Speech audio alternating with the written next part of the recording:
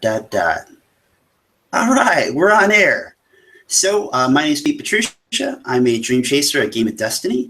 I have 3 players with me today, and we're going to roll right into dream mapping and character creation and even get started.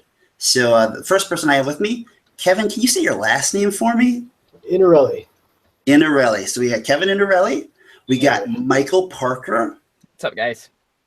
And Vincent Baptiste. How you doing? Kevin, I kind of robbed you of your moment there. Do you want to say hi again? Hello. All right. We got everyone's voices. So they have character sheets in front of them. They have paper or virtual note cards. So we're going to roll right into making dreams. In this game, Dream Chaser, we start with placing a dream map. And the dream map basically gives us a image of it's like a vision board of what is our dream, the goal of our game, and then the sequence of these experience or these defining character moments that get us there. So if everyone has a notepad in front of them or a scrap piece of paper, what do you want to accomplish in our game? What do you want to achieve together? Now these, for the audience, are usually in 3 to 5 words, a short sentence, nothing overly detailed. It doesn't have to be a perfect sentence. Let's see. I think you can read mine because my light sucks. But I got steal the airship. Okay, steal the airship.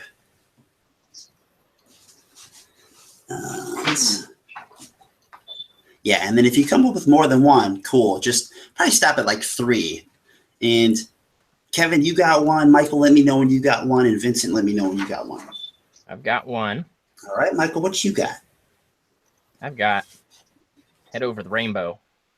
You said what? Head over the rainbow. I told you got to watch him. He's tech savvy.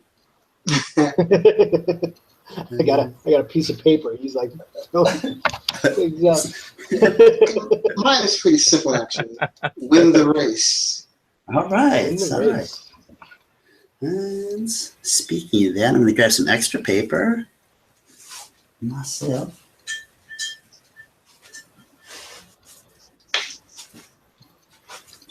Okay.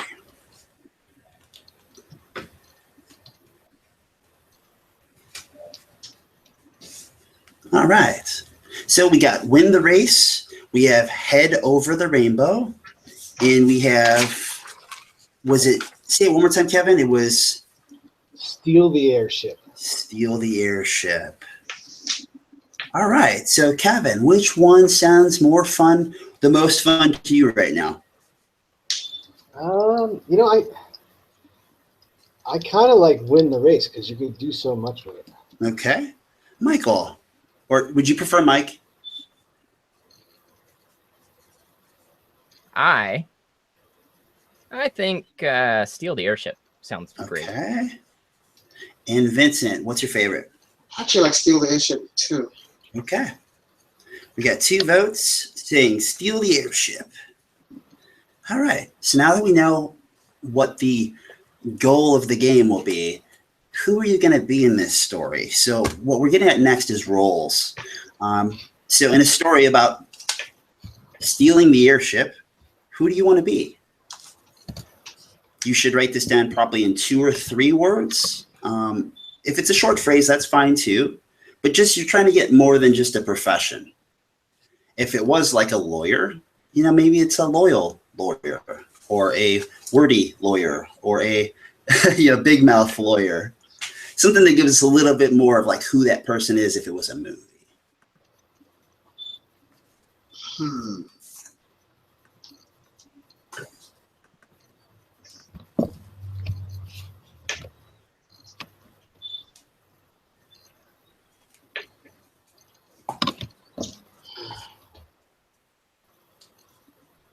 I think I would like to be an aloof stowaway. Nice. That's a great character, obviously, for that story, yeah. Going with indignant gear tinkerer.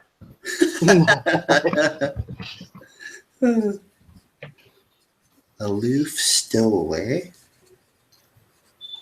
And say it one more time, Michael. It was what tinkerer? Indignant gear tinkerer.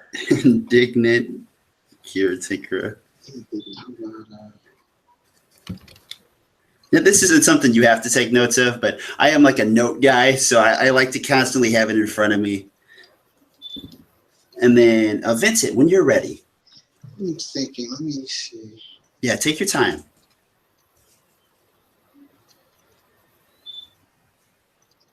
And for the other two, you know what's coming next. Now that we know what it's about, who you're going to be, what do you want to get out of our story? Start thinking about your defining moments.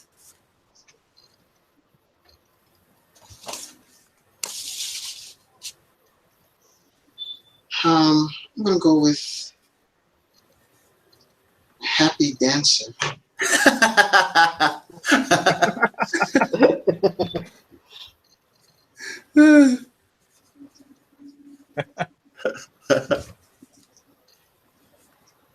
guess I'll figure out exactly what to do with that. Sure. That's a great approach, though, sometimes, right? You're like, I don't know why. I just picture some guy really happy and dancing on a ship. You know, like, all right, well, if we're going to steal a ship, maybe I'll be that guy. Okay. So the roles kind of help us get an idea of who the characters are going to be. They let everyone get an idea of what everyone else is thinking. Does anybody want to change what they said? Now that we know we have a happy dancer, an aloof stowaway, and an indignant gear tinkerer? That sounds like quite the party. Okay. So,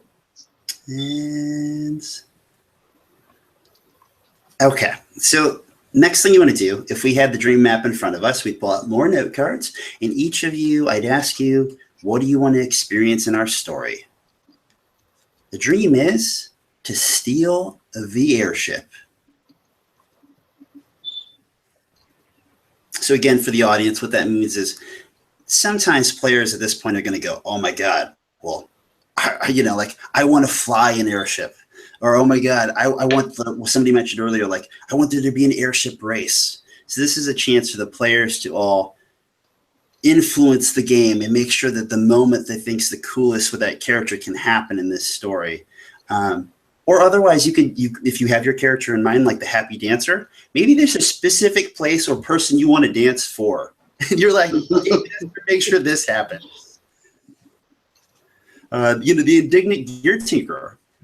You might have something, when you imagine that character, you might have thought, like, I have to be the guy who fixes the airship right as we've almost escaped. We've stolen it, but the doors are closing in on us. We can't get out of the hangar bay. And I'm the guy who's going to make the doors malfunction just with enough time for us to get out. So again, it's one of these things where you can kind of say, I want to have that moment with this character. These are written just like the dreams. So you're thinking again, like 3 to 5 words or a short phrase. Well, I may be aloof, but I definitely want to defeat the dread pirate. Roberts? Dread pirates. Now it's my job to make sure that do you want to defeat him? Do you want to beat him? Do you want to fight him? This is your chance if you want to change that wording any. Defeat gives me more wiggle room, which is definitely cool. But if you're like, I want to punch him in the face, you might make sure that it does that. Yeah. No, I don't care how I win. Okay. I just want to win. And Michael, but that says what? Glide the most beautiful gear? Gild the most beautiful gear. Okay.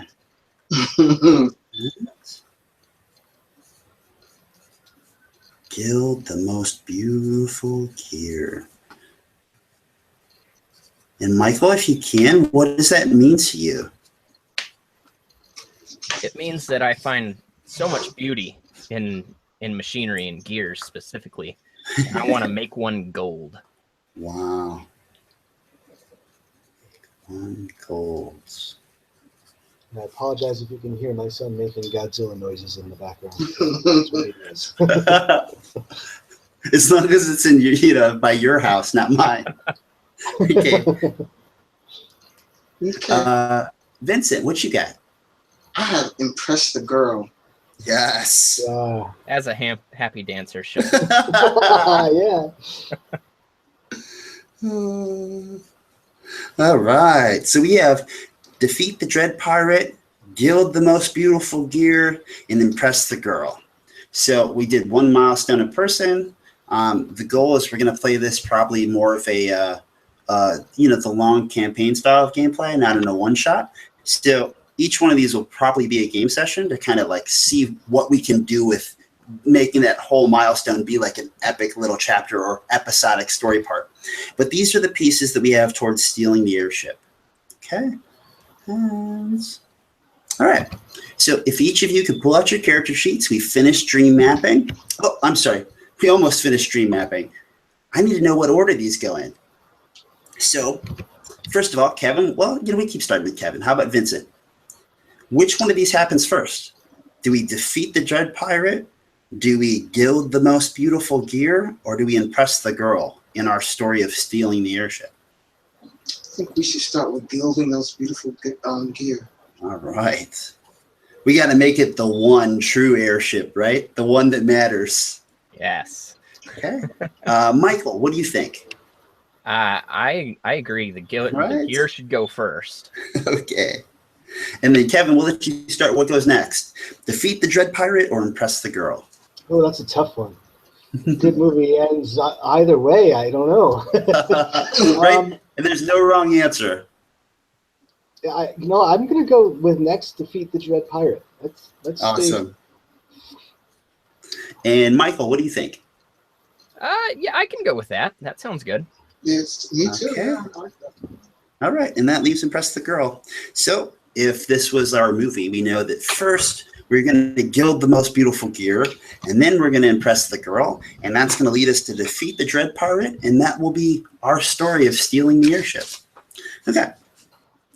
Pull out your character sheets, please. And the character sheets, we already did the top middle. So when you take a look at it, it'll say our dream at the top with a number 1 bubble by it. You're going to write steal the airship. In the meantime, I'm going to pull out a little visual aid for the audience. Playtest kits, character sheets. And, I better pull out your character sheet because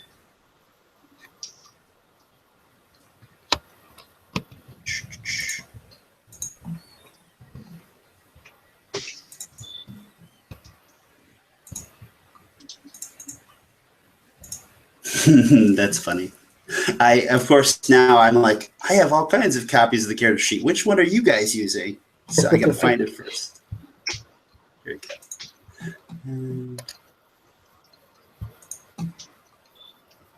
Downloads. Copy of the character sheet. Awesome. Okay, and then after you do our dream, just a couple lines below it, it says my role is. You can write down what you told me, the aloof stowaway, the indignant gear tinkerer, and the happy dancer.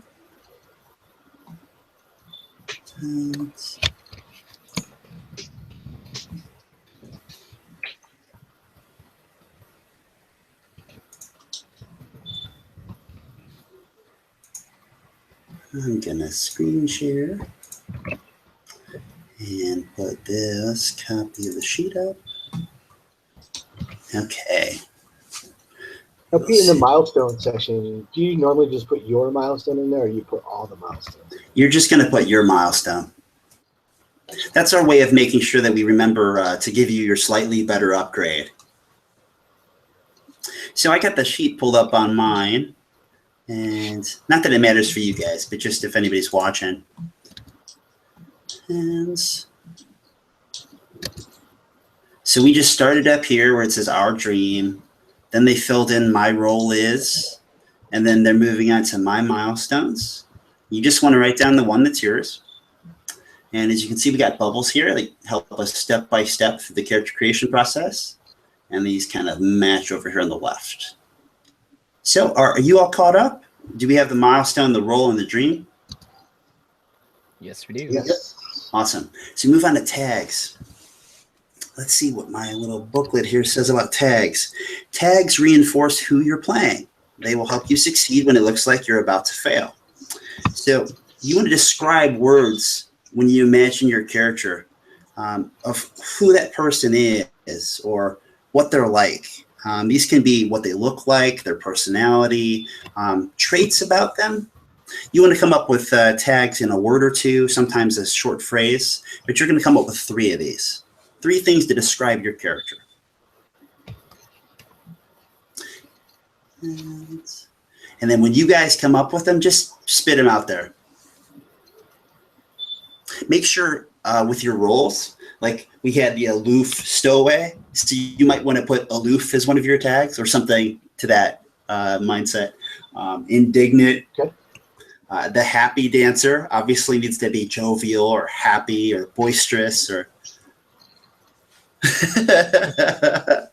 Sorry, as the more I said it, the more I was imagining if you were like the Hawaiian belly dancer that's like the big, the large and happy guy, the unfortunate stereotype they put like in every romantic comedy that's in Hawaii.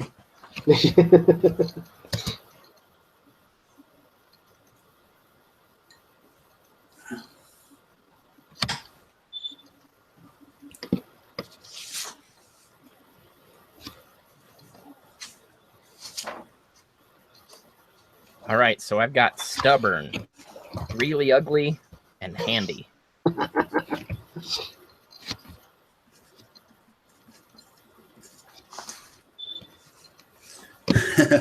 Did you say really handy? I said really ugly. Oh, really ugly. And handy. Awesome.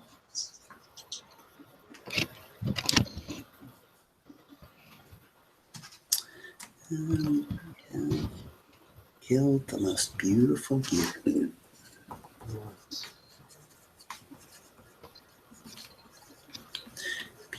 Beautiful.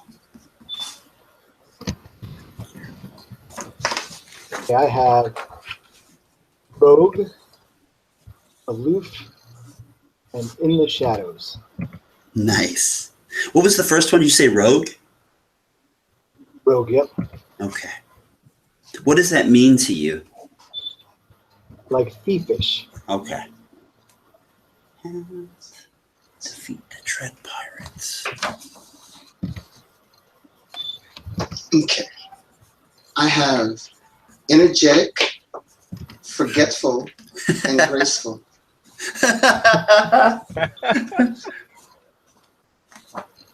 I don't know why that the one you're all sinking like the usually bad ones right in the middle, so it's making me laugh. It's like I'm this, but I'm also this.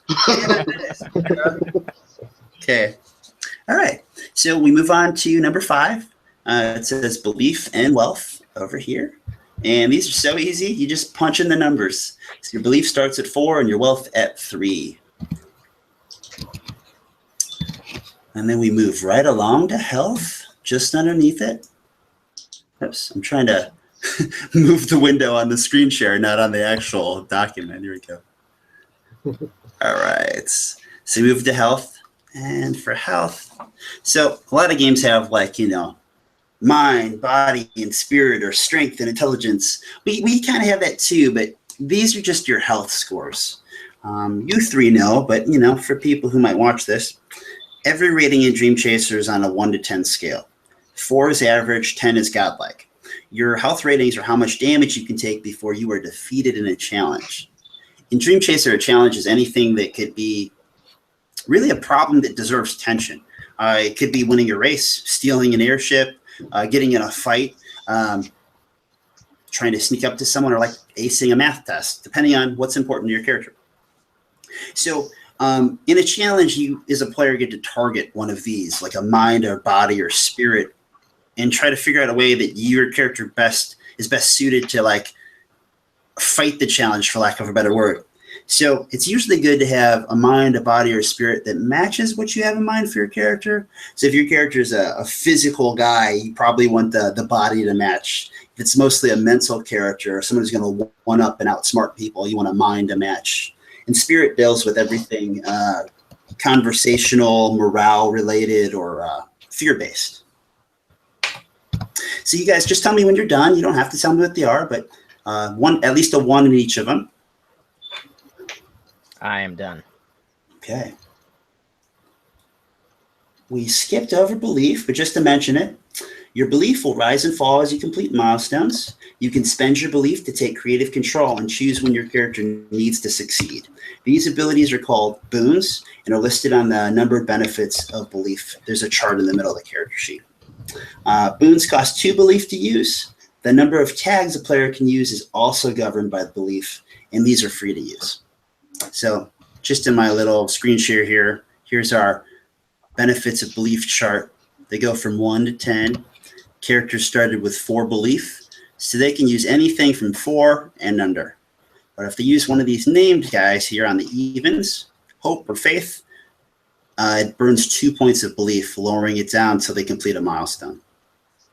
Okay, so we got health in there. We're moving on to...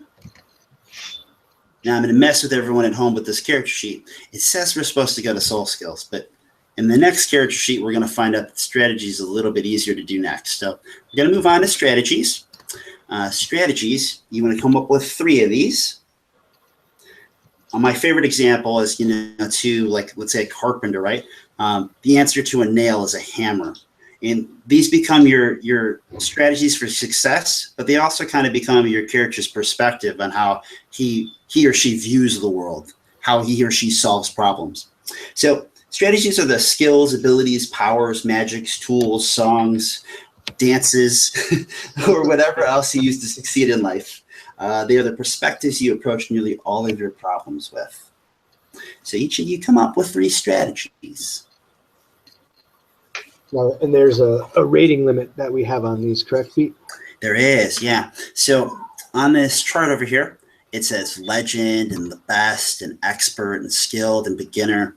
And then it's got these rating numbers, which associate with how good you are at the skill or the strategy in this case. So players, when they start a character creation, they get 3 strategies, but they can't have anything at legend, but they can have anything below that. So they could have 2 in the best, because there's 2 slots here, and 1 at expert, or they could have 2 at beginner and 1 at skilled, or any mix match in their end. So.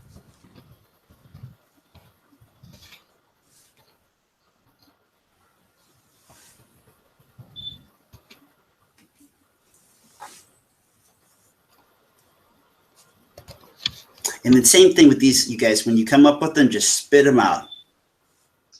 All right, I got the best. I got sleight of hand. Nice. Expert, I have hiding. Excellent. And for beginner, I have ocarina. Nice. Maybe You got like a little thing. Vincent to dance. That's a good call. I like that. Yeah. All right, and I've got, I'm the best in hammering, and I'm skilled in arguing and electroforming. Whoa. What's electroforming? It's basically putting metal onto different objects and generally plating things. Awesome. It may come in handy when I try and gild a gear. Okay.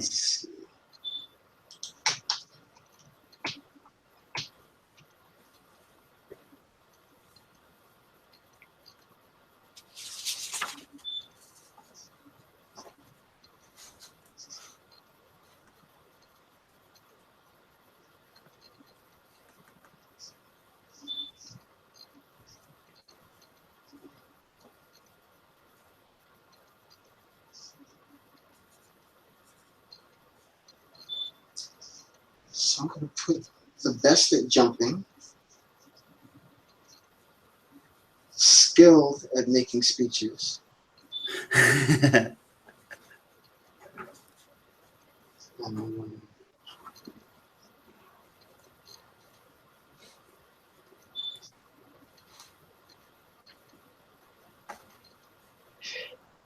expert at reading the room.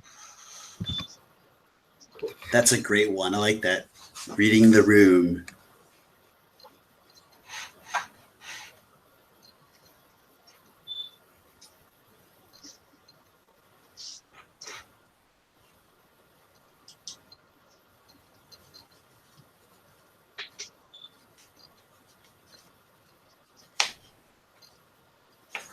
Okay. So now that you all heard them, does anyone want to change anything? Kevin, you want to say yours one more time, and then Michael say yours one more time? Sure. I have the best of sleight of hand, expert in hiding, and beginner ocarina player. Nice. I am the best at hammering and skilled in arguing and electroforming. Nice. Arguing. Okay. Does anybody want to change anything? It sounds like nobody's got anything that are too similar. And I don't mean amongst you. I mean like as one character. Sometimes that's something I want to find out. And I didn't hear anything there that made someone go, "Oh my God, that person can perform miracles." So all right. We can move right on. So now we go to soul skills. Soul skills are kind of like the filters to our strategies. So when we roll dice in this game, we roll 2d10, two 10-sided dice. We're trying to roll low. So like you saw at the strategies, they had a number to the far right. So if you were a legend at something, like Kevin, what was one of your strategies? Sleight of hand. Sleight of hand. So if I was a legend at sleight of hand and I was going to try to flip a card in the air without anyone noticing that it's the ace up my sleeve, I'd have to roll under an 8 because legend has an 8 rating. Now what we're going to do to complement that is you roll one die under a strategy usually and another die under a soul skill. So there's 2 soul skills. Anytime you're using one of these strategies, like arguing, for example, you're going to either be using it with imaginatively or reasonably. So these 2 things a lot of times are reason and is anytime you have the right situation. Like I'm going to go argue, but I know how to argue with these people because maybe I know who they are. I'm in my place of comfort if I'm a lawyer, maybe I'm in court. I had time to prep if I'm a person that needs to prepare my arguments. These are all ways to make arguing use reason. But then if I'm caught off guard, if I'm speaking to someone who's not of our world or our cultures, like I'm talking to a tiger who happens to be able to speak and I'm trying to argue with the tiger of why it shouldn't eat me, that's an imaginative use. If you were also trying to use arguing to maybe inspire people, that would be a stretch. But you're probably good with words. You know how to make a cohesive argument, and maybe you can make an argument that would inspire people. So that gives you a little idea how these work. So you get 10 points for your soul skills. You can split them 5 and 5, 4 and 6. As long as you have a 1 in each of them. Okay.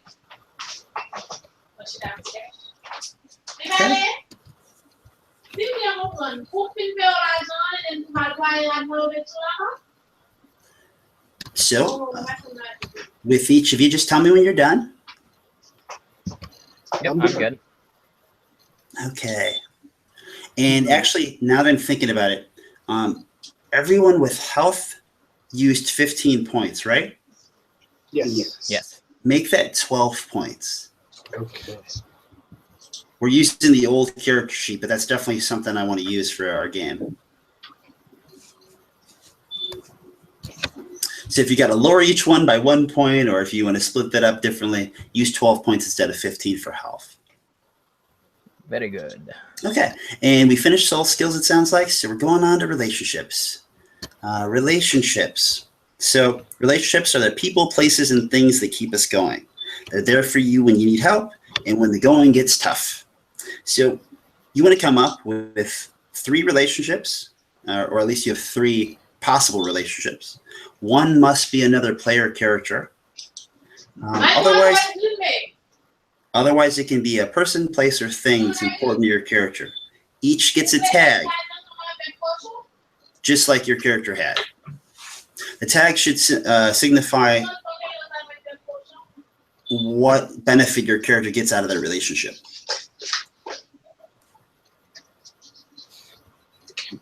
You can also choose to spend 2 relationships to make an organization, which would be like a group relationship. Instead of a graphic designer, I have a team of graphic designers. Instead of let's see. Well, we have a dancer, right? So the dancer could have a friend that's a bard or a minstrel or a fellow dancer or a singer, some kind of companion, maybe a gambler he or she travels with. But then like an organization could be a whole troupe, like the bardic troupe, or, an acting crew, or, a play or presentation that the character's traveling with. Mhm. And these two, just go ahead and save them as they come up to you. And with the other players, you don't have to think about how it works. You just have to say, hey, Kevin, your character we mentioned was the stowaway. So I could put stowaway, and I could say, well, the stowaway knows how to get in places, if that was valuable to your character. Or maybe the stowaway's a snitch.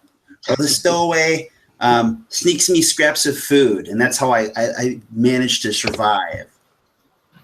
So Grandin Gregson, who is the indignant gear tinkerer, has a casual relationship with the stowaway because being a roguish person, I assume he probably promised him some gold that he hopes he can use to gild that gear. Awesome. There you go. That makes some sense. I'm going to use 2 to have an organization of fellow tramps. Like tramp travelers, like just people that we keep in contact. These are the good stowaway spots. These are the good airships to get on, things like that. So it's like an organization of the underworld. And you said of the underworld? Yeah, there you go. Perfect. So my true love is Betsy. And Betsy is my hammer. Yes. And her tag is Smashy. So let's see.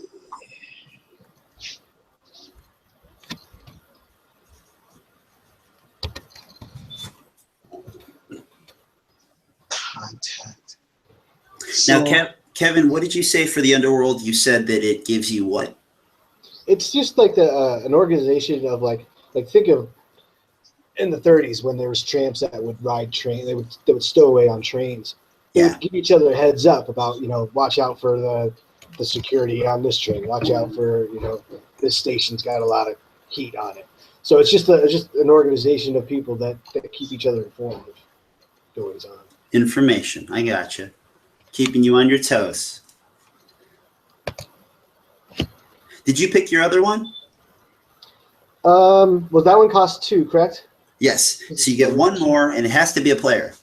Okay, so Unless you said that one of the other players was a part of the underworld. which would be very interesting. Hey, I'm the one that's letting you stow away on the airship. I could maybe yeah, have a secret. I'm thinking I could have that reciprocated relationship there, so the gearhead always we have a symbiotic relationship. Okay. All right.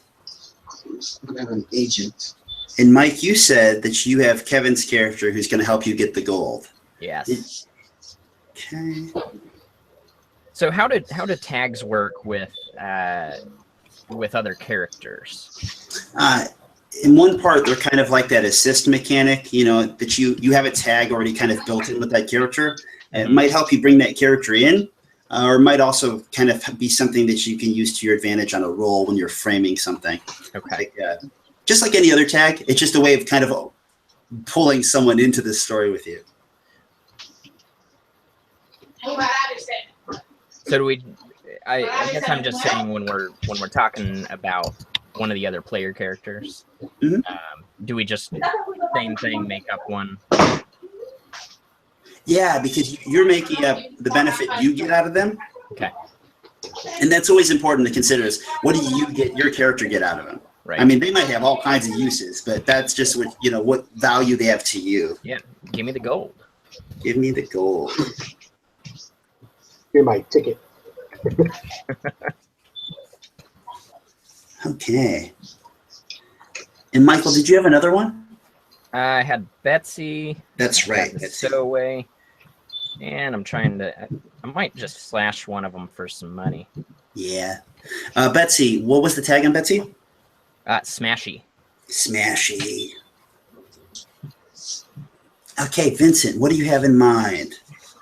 Well, for close, I'm going to put my agent. Agent.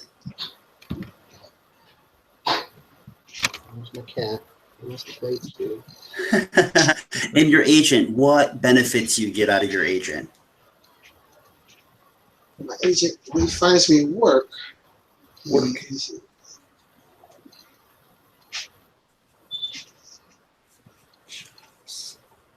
And you said you're close with him or her. Close.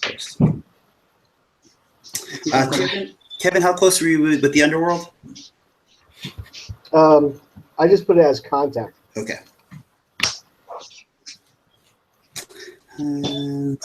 Michael, what did you say about Betsy? True love. True love. Yes. So, does your character truly love Betsy, or does Betsy truly love you? He wouldn't know what to do without her. Okay. Truly, his whole life revolves around the hammer.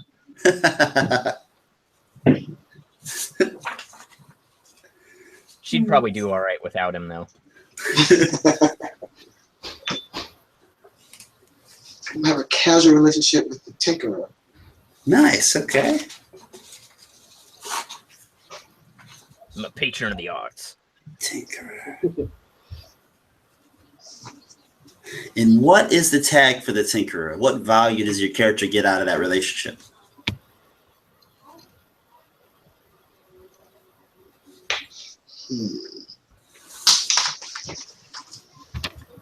The tinkerer, he can fix instruments. He can fix musical instruments. I'm sorry, can you say it one more time? He can fix musical instruments. Ooh.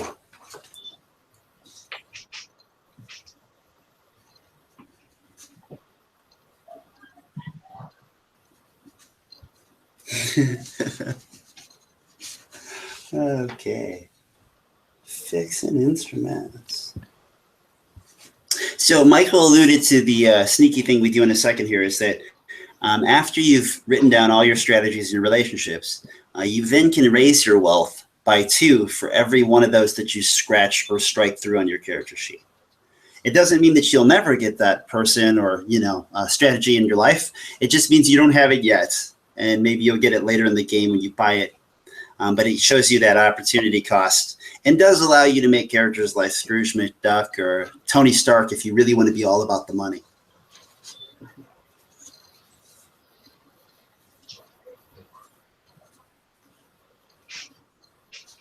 I was debating this. You might want to explain how the wealth mechanic works. Sure. So with wealth, basically, it's a 1 to 10 scale, like we saw. At each number, it gives you a value of currency if you want. So, for example, like 3 in a modern day sensibility would be like $15,000. It could be like it's written as a poverty level, but the idea is if you sold your living areas or sold out the people who were giving you a place to stay, got rid of everything you had, you could probably muster up somewhere in the vicinity of $15,000. But if we were in any given session and your character needed money, you could pretty much use about a quarter of that multiple times in a session or half that like twice in a session without really screwing your character over. But yeah, if you try to use it more than cash it all out, if you cash it all out, your wealth will go down by 1 permanently unless you raise it later. If you try to spend half of it more than twice in a session, it'll go down. So the idea is it's kind of an abstract figure that can also be used to roll with if a challenge required it. But it gives us an idea of how much kind of resources that each character might have and what kind of house they might live in or what kind of car they might drive. Or what kind of, airship they might fly. So. Now, can you sacrifice the other way? Like my character's a stoic, doesn't really have anything. Can I lower wealth to get a relationship? Is that part of the mechanic? Yeah, you sure can. It would go down to 1. Okay. I'm going to do that. And that would give me another relationship, is that right? Another relationship or strategy. Oh, or strategy. That's huge. That would bring you down to $1.41. If you cashed out everything that you had, you'd have $1 and change if it was today. Sweet, that's exactly. So you, sir, would be broke. I am broke. That's why I stay away. Yeah. Rethink this whole he can give me gold stuff. Yeah. He says he can get you gold. He tells everyone he can get gold. Yeah. Yeah, the description says, you live off change, dumpsters, and handouts. Start with the wadded up dollar and change.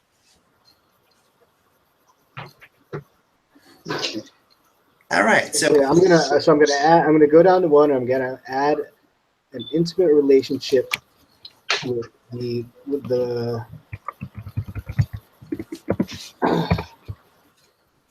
bar girl. yes.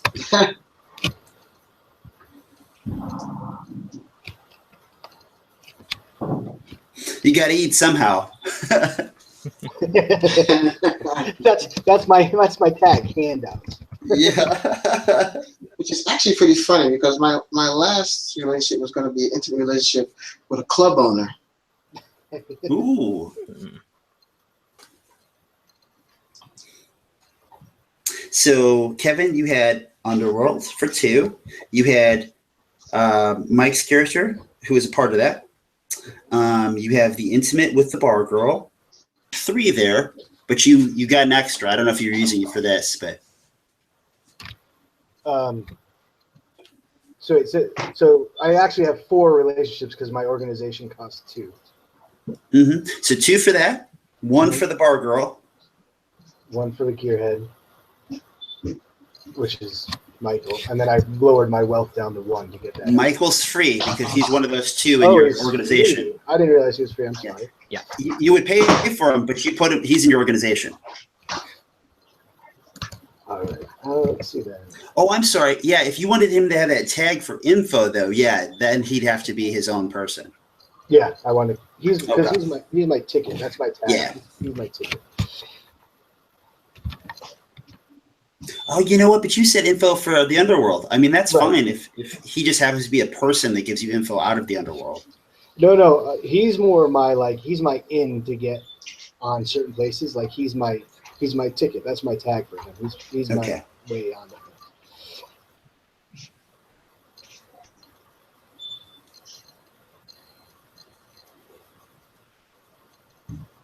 Okay, and then Michael. So you had the stowaway for gold. Betsy is smashy. What else? I scratched my other one first. All right. Gotta afford the gold. There you go. So from 3 to 5, if this was modern day society, it'd be like 200 grand. You'd be upper middle class if you had to, soaked up everything and liquidated and come up with cash. Okay. And then Vincent, we got your agent who you're close with for work and jobs. You know the tinkerer because the tinkerer can fix instruments. Did you have a third one? The third one was intimate relationship with a club owner. All right. Club owner. Okay, and what's the tag for the club owner? Free drinks. Free drinks. That's a really great one, being who you are, because it's like if you're like unsuccessful with your dancing or unsuccessful with trying to talk to people or you could be like, well, the bartender always hooks me up, the club owner always hooks me up with free drinks, so I make sure that they get slided and sauced. That's how I stay happy. Reroll your success, your failures. Yeah. Now I wanted to make sure I got this. Vincent, what were your strategies? My strategies? Yeah. The best at jumping, expert at reading the room, and skilled at making speeches. Okay. So when you go to dance, it's going to be an imaginative use of one of those 3, just to make sure that's clear. Right. All right. Okay. All right. We got our relationships out of the way. Looks like we got our strategies. Did anyone want to scratch anything for extra wealth? All right. And we go to belongings. So last but not least, come up with 1 to 3 items that are important to your character. You have all the basic stuff your character needs within kind of your resources. But if there's something like the wedding ring of your lost love, or this ancient music box that's mysterious that you have no idea the purpose, but everyone covets it. Or maybe, in your case, like maybe Michael, your character has like a gilded gear model, but it's like covered in like bronze or something, or, it's like your prototype. Or these can be anything you want, but they're really more meant to give you something to play with for your character, or maybe something cool, maybe like story hook wise or something important. My character has his 2 prized possessions, his double-sided coin, and his deck of rigged cards. Double-sided coin and linked cards. Awesome. Well, I, of course, have Betsy. Yes. And I have a crappy toolbox given to me by my dad. And a union membership card. Oh, that's awesome.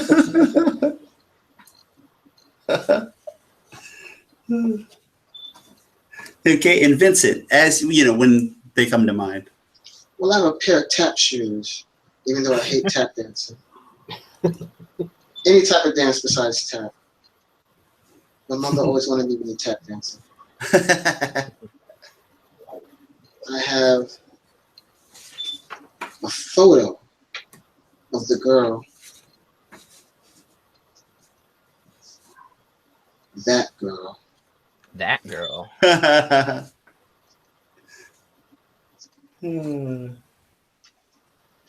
need 3. 1 to 3. Yeah, if you come up with 1, you're good. If you want more, cool.